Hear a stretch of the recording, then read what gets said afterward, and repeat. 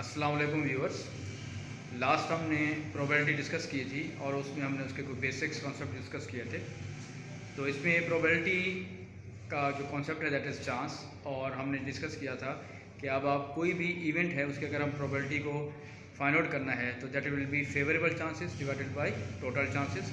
और अगर हम एग्जांपल दे रहे हैं कि लेट करते हैं आपके पास कि किसी आपने टेल की प्रोबेबिलिटी निकालनी है कॉइन में से, तो टोटल चांसेस 1-2 होते हैं और टेल का चांस क्या होगा जी 1। और लास्ट हम डिस्कस कर चुके थे कि कोई भी इवेंट है उसकी प्रोबेबिलिटी ग्रेटर देन 0 और इक्वल टू 0 होती है और लेस देन 1 होगी।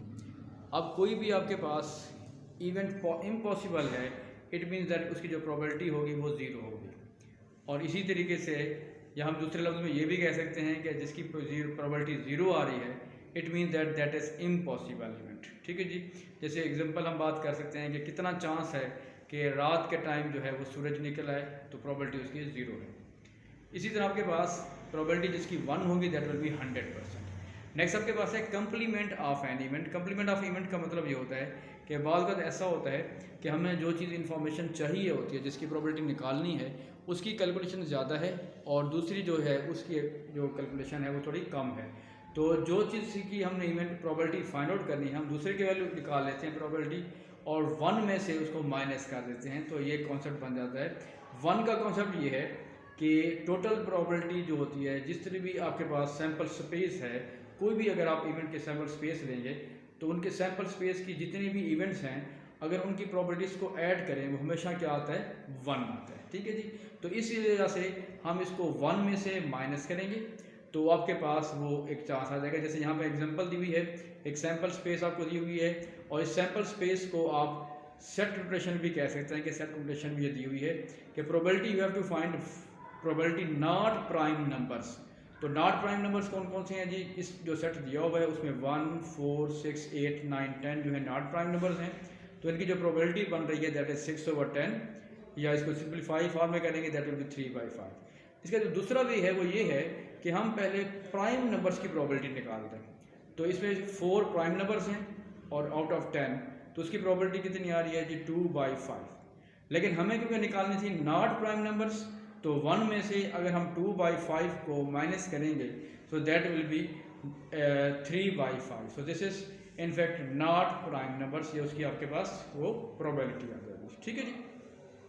और नेक्स्ट हमारे पास जो बात हम कर रहे थे कि ये एग्जांपल दी थी, यहाँ पे एक पॉसिबिलिटी डायग्राम है। क्वेश्चन नंबर 1 देखिएगा, एक्सरसाइज 3A जो आपके पास बुक में है उसको ज़रा देख लीजिएगा। और इसमें उसने कहा हुआ है कि एक डाई है और एक कॉइन है और उसके अगर हम उसको ड्रा करते हैं तो उसकी जो पॉसिबिलिटीज़ आउटकम हैं इन सेट रोटेशन वो आपने लिखना है। तो जितना उसकी पॉसिबिलिटी बन सकती है वो आप लिखेंगे यहाँ पे। जैसे देखें हमने यहाँ पे बात की हुई है कि हेड और 1 हो सकता है, हेड और 2 हो सकता है, हेड 3, हेड 4 इस तरह हो सकता है। और नेक्स्ट आपके पास जो है जैसे टेल 1 आ सकता है, टेल 2, टेल 3, टेल 4, टेल 5, या आप चांसेस हो सकते हैं कि उधर से टेल आ जाए, उधर से 6 आ जाए। तो ये सारे चांसेस हैं। और जब आप इसको सेट की फॉर्म में लिखेंगे तो this is in fact set rotation. ठीक है जी। तो पहले पार्ट में उसने प्रोबेबिलिटी नहीं पूछी, सिर्फ पहले क्वेश्चन में सिर्फ ये फॉर्म पूछी है, तो ये सारा आपका आंसर आ जाएगा।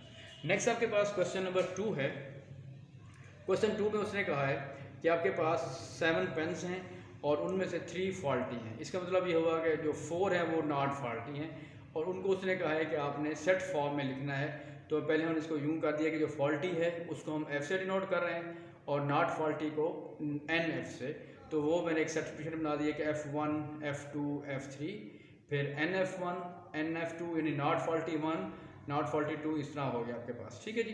तो उसके बाद आपके पास है प्रोबेबिलिटी, उसने कहा है कि फाइंड आउट करें कि नॉट फॉल्टी। तो देखिए टोटल चांसेस हो गए 7 और जिसमें जो नॉट फॉल्टी हैं वो 4 हो गए। तो दैट विल बी 4/7। ये जो फर्स्ट पार्ट मैंने किया हुआ है, सेकंड पार्ट किया हुआ है, उस क्वेश्चन को मैंने खुद ही इस तरह डिवाइड कर दिया। और नेक्स्ट उसने कहा है कि जो हमने पेन उठाया था वो सपोज करते हैं कि दैट वाज नॉट फॉल्टी, वो फॉल्टी नहीं था और हम उसको हमने रिप्लेस भी नहीं किया। इसका मतलब है कि अगर पहले 4 नॉट फॉल्टी थे, अब जो नॉट फॉल्टी हैं वो कितने बन गए जी आपके पास? अब 3 हो जाएंगे। तो टोटल अब जो आपके पास पेन्स हैं वो इस वक्त 6 हो जाएंगे। Then he asked that you have to find the probability of faulty. तो फॉल्टी देखिएगा, टोटल चांसेस 6 और जो फॉल्टी हैं वो आपके पास 3 हैं, तो दैट विल बी 3/6 और इसको हम जो है वो सिंप्लीफाई करेंगे तो हमारे पास ये 1/2 आ जाएगा। ठीक है जी, तो आज हमने इसको ज़रा डिस्कस किया है कुछ क्वेश्चंस को, और नेक्स्ट हम जो है इसको मज़ीद भी डिस्कस करेंगे और आगे आप इसको ज़रा मज़ीद इसको रिवाइज़ कर लीजिएगा। Thank you ji.